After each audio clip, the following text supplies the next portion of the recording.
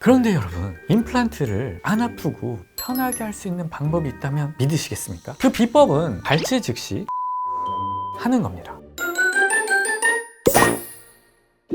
임플란트는 뼈에 단단히 고정되어야 오래 쓸 수 있습니다. 하지만 뼈가 부족한 상태에서 무리하게 임플란트를 심으면 몇 년이 지나지 않아서 빼야 할 가능성이 높아집니다. 그래서 임플란트 전에 고리식이 필수적인 경우가 많습니다. 이 환자분을 보시면 발치 후 뼈가 빠르게 흡수되는 것을 볼 수 있습니다. 치아를 뽑은 후 아무것도 하지 않으면 시간이 지나면서 자연적으로 뼈가 점점 줄어들게 됩니다. 특히 6개월에서 1년이 지나면 뼈 손실이 급격하게 진행됩니다. 이것은 제 SCI 논문 사진인데 시간이 지나도 골 치유가 잘 안 되는 경우를 나타내는 사진입니다. 임플란트는 결국 뼈에 나사를 심는 과정입니다. 집을 지을 때 땅이 진창이면 그 집은 결국 나중에 무너지게 됩니다. 기초가 튼튼해야 집도 임플란트도 오래 갈 수 있는 법입니다. 적절한 고리식이 이루어지지 않았을 때 임플란트가 제대로 고정이 되질 않습니다. 이러한 경우 결국 임플란트가 흔들리다가 빠지게 될 수 있습니다. 뼈가 얇아져서 나중에 염증이 발생할 가능성이 증가합니다. 임플란트 나사선이 골 밖으로 노출되면 염증 발생 위험이 증가하게 되는데요. 치태가 나사선에 끼면 결국 치주질환의 일종인 임플란트 주위염이 발생하면서 문제가 생깁니다. 또 심리적인 문제가 발생할 수 있습니다. 특히 앞니 쪽에서 잇몸이 꺼지고 보기가 안 좋은 임플란트가 만들어집니다. 즉 발치 후 고리식을 제대로 하지 않으면 임플란트 실패 확률이 올라가게 됩니다. 구독과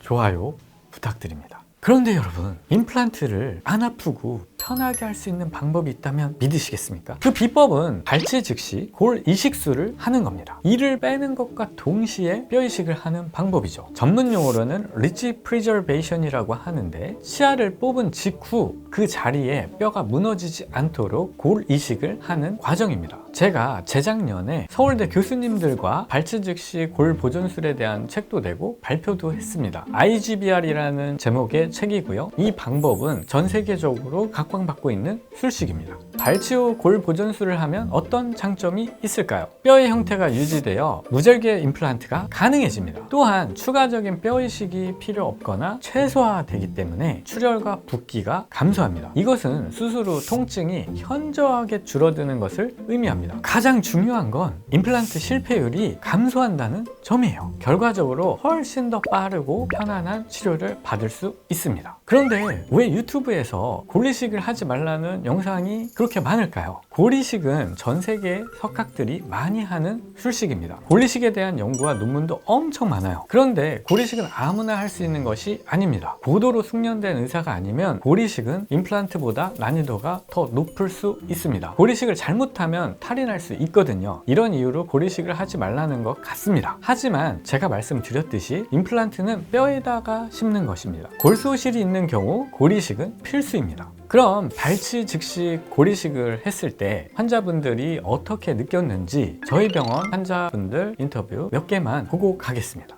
저희 치과에서 임플란트 하셨는데 좀 어떠셨어요?